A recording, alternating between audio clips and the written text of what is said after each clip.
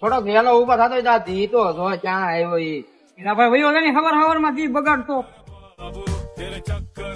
એક ગાંઠિયા આપી દો અને એક શાક.